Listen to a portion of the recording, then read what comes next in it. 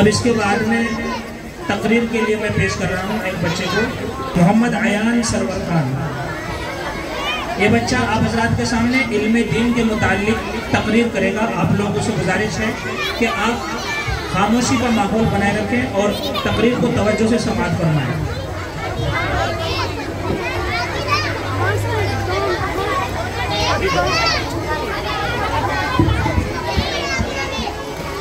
अस्सलामु अलैकुम वरहमतुल्लाहि वबरकातुहू।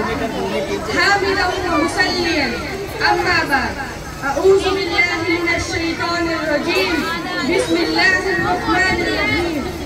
इक़रा व रब्बुकल अकरम अल्लज़ी अल्लम बिल क़लम अल्लमल इंसाना मा लम यअलम।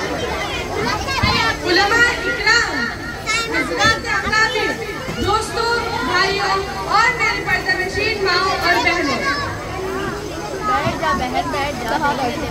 किसी शायर ने कहा है वो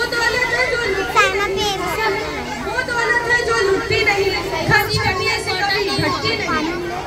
मोहतरम बुजुर्गों, रोशनी किसे पसंद नहीं?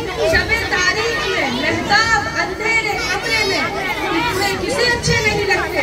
ठीक ही बात इल्म पर सादिक आती है। वो कौन सी चीज थी जिसने आदम अलैहिस्सलाम को फरिश्तों से अफजल बना दिया? वो कौन सी ताकत है जो इंसान को अशरफुल मखलूक़ात बनाए हुए है? वो इल्म है। चलो पागल, बैठो पहले। रसूल सल्लल्लाहु तआला अलैहि वसल्लम पर ईमान रखते हैं। वाक़या ये है कि अगर हम इल्म नहीं रखते उसी में नहीं सकते। मुसलमान और जाहिल रहे, मुसलमान और अनपढ़ हो, ये हो नहीं सकता।